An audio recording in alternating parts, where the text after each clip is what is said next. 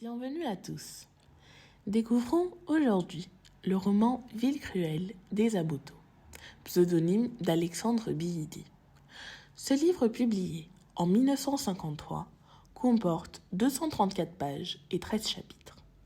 Ce roman présente la trajectoire mouvementée d'un jeune homme nommé Banda, un villageois qui va pour la première fois en ville à Tanga, une ville fictive d'un pays qui pourrait être le Cameroun, pour y vendre son cacao.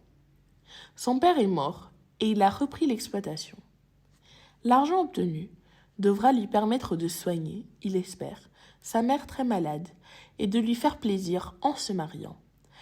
À travers l'histoire de ce jeune homme, Esa Boto nous livre une critique très virulente du système colonial.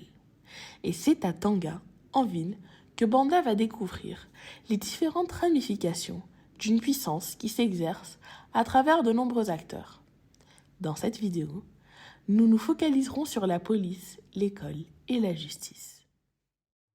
Dans Ville cruelle, la police apparaît comme un agent essentiel de la puissance coloniale.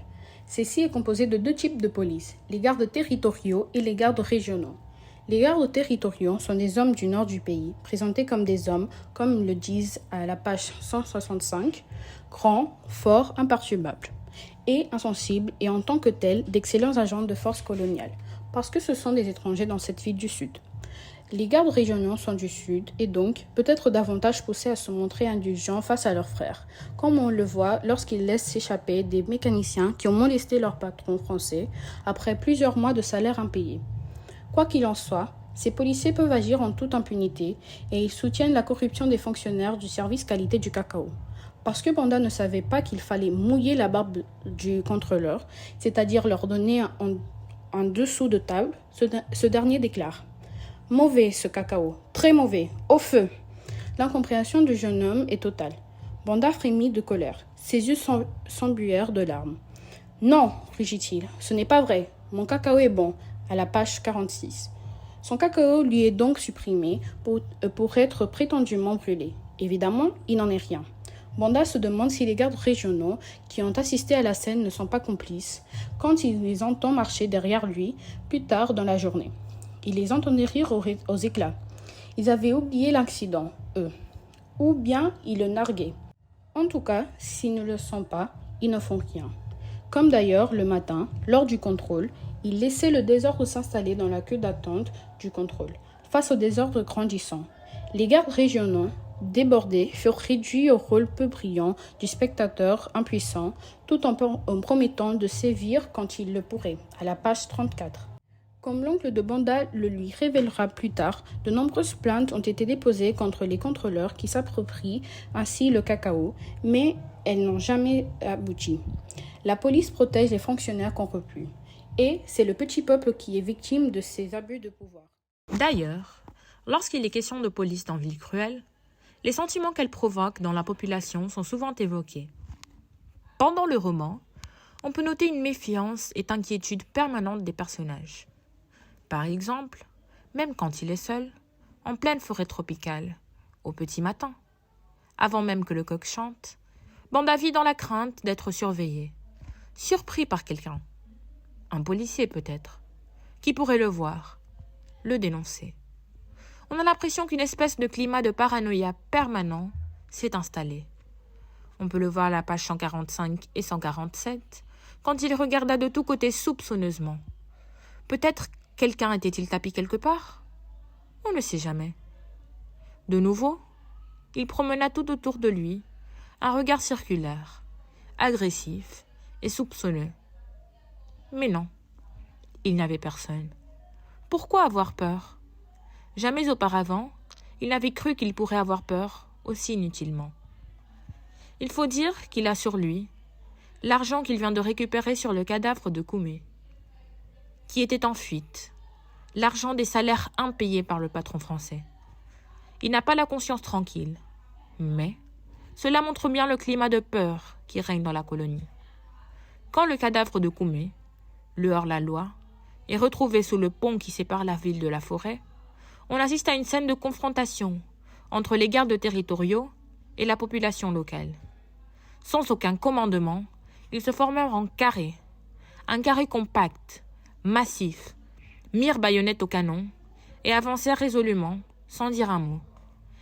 Ils devaient être bien entraînés. Ils paraissaient insensibles aux pierres qu'on leur lançait.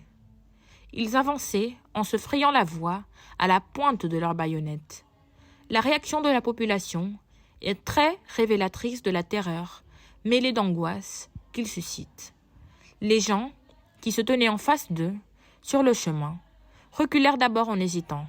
Mais lorsqu'il devint clair que les gardes territoriaux, dans leur marche irrésistible, ne se laisseraient arrêter par aucune considération, ce fut la débande, avec des cris et des gémissements, des jurons et des insultes inénarrables. On leur lança encore quelques pierres. C'est un extrait de la page 166. L'école est aussi un relais essentiel de la puissance coloniale, qu'il s'agisse de l'école laïque ou de l'école des missionnaires. À l'école laïque, les enfants n'apprenaient ni à lire ni à écrire. On les occupe à des occupations de jardinage. Ils ne faisaient que planter et arracher des pommes de terre, probablement pour le seul profit des instituteurs. Pour Banda, sa scolarité se solde par un échec.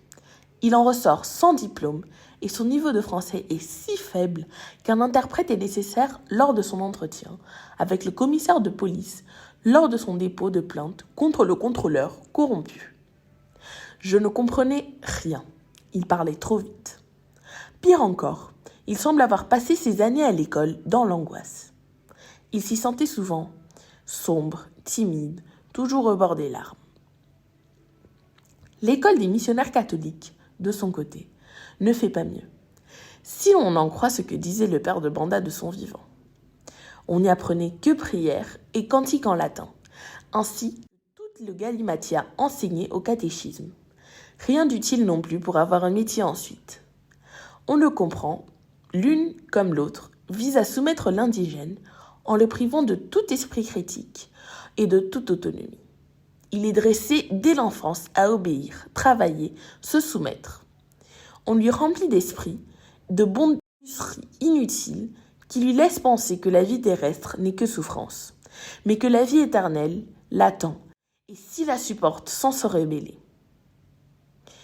Dans les deux cas, l'école est au service de l'aliénation des indigènes. Le tableau que nous livre Esaboto à travers ses personnages est désolant de cynisme. Comme nous avons pu le voir, la police et l'école sont au service de la domination coloniale. Les gardes territoriaux, parfois laxistes, peut-être par paresse, peuvent se révéler de redoutables agents au service de l'oppression, de la répression, quand le danger se fait sentir, comme le montre l'épisode de confrontation autour du cadavre de Koumé sur le pont. On devine qu'ils font partie de tout un système où la corruption et les abus du pouvoir sont omniprésents. Ils ferment les yeux face aux spoliations des contrôleurs qualité du cacao. Peut-être même reçoivent-ils leur part. Les dépôts de plainte auprès du commissaire de police, un colon blanc, n'aboutissent pas. L'administration coloniale laisse faire, ayant trop intérêt à laisser ces petits fonctionnaires agir de la sorte pour mieux les soumettre. Il n'y a aucune allusion au système judiciaire dans le roman, comme si la justice n'existait pas pour les indigènes. L'école, de son côté, qu'elle soit laïque ou religieuse, prépare l'enfant à la soumission, en le privant de tout esprit critique et de toute autonomie. C'est le lieu de l'ignorance imposée, pour une exploitation plus efficace des adultes que les enfants deviendront. La charge critique dans le roman est virulente. La littérature, pour Esaboto, est une arme de combat. On espère que vous ayez tout compris. Abonnez-vous à notre chaîne et on se retrouve à la prochaine vidéo.